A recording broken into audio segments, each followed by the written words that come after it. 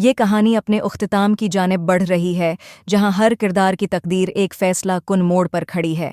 सहाम के अज़्म व हौसले का इम्तिहान आखिरी मराहिल में है, क्योंकि वो किसी भी सूरत में अर्शी को अपनी ज़िंदगी में शामिल करना चाहता है।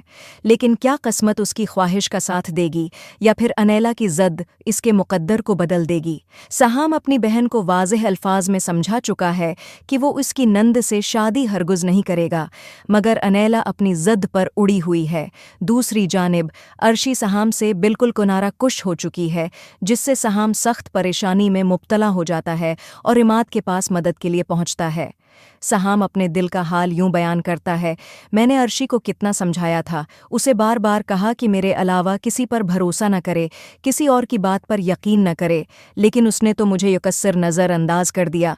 न मेरी काल उठा रही है, न ही कोई बात कर रही है।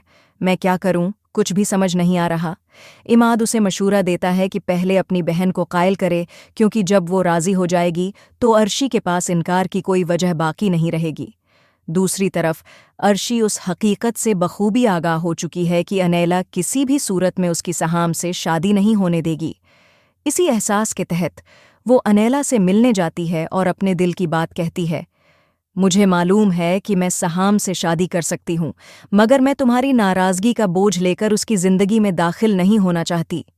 अगर मैंने ऐसा किया तो मैं खुद को कभी माफ़ नहीं कर पाऊंगी। मुझे ऐसा महसूस होगा कि मैं तुम्हारे घर की बर्बादी की जिम्मेदार हूँ। इसलिए मैं हमेशा के लिए सहाम की ज़िंदगी से निकल रही हूँ। अब तुम्हें मुझसे कोई शिकायत नहीं होगी, तुम जिससे चाहो इसकी शादी करवा सकती हो। अर्शी के इस फैसले के बाद जब वो घर से निकलती है तो सहाम उसे रास्ते में रोक लेता है और जज्बाती अंदाज में कहता है, तुम बहुत बड़ी गलती कर रही हो अर्शी।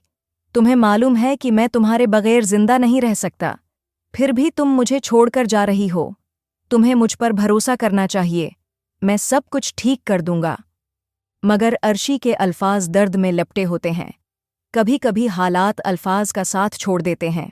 तुम्हारी बहन तुम्हारी शादी अपने खानदान में करवाना चाहती है तो तुम कर लो, लेकिन अगर मैंने तुम्हारी बहन के दिल को ठेस पहुंचाकर तुमसे शादी की तो मैं जिंदगी भर खुश नहीं रह सकूंगी।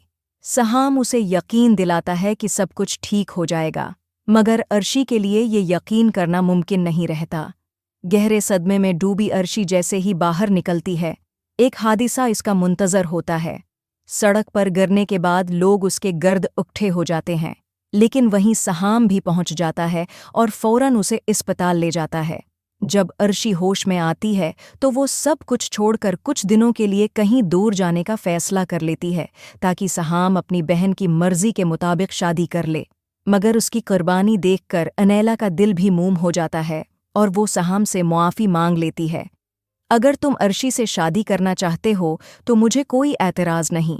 मैं अपने शवहर से कह दूंगी कि अपनी बहन की शादी मेरे भाई से न करवाए। तुम्हें अब मज़ीद परेशान होने की ज़रूरत नहीं है, जाओ और अर्शी को मनाओ। ये सुनते ही सहाम फौरन अर्शी के पास पहुंचता है और कहता है, अब तो आपी भी मान चुकी है, तुम्हें जाने की ज़रूरत नहीं है। मगर अर्शी एतबार करने से इनकार कर देती है।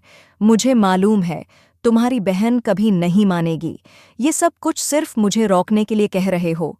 जब तमाम दलीलें नाकाम हो जाती हैं तो सहाम जज्बात के शदीद बहाव में अपने सिर पर बंदूक रख लेता है और कहता है, तुम्हें हर हाल में मुझसे शादी करनी होगी, क्योंकि मैं तुम्हारे बगैर मर जाऊंगा। आखिरकार ड्रामे का अंजाम खुशगवार होता है।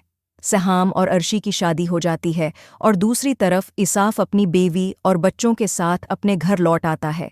एक तूफानी सफ़र के बाद तमाम किरदार अपनी अपनी ज़िंदगी में सुकून पा लेते हैं। आपको ये अंजाम कैसा लगा?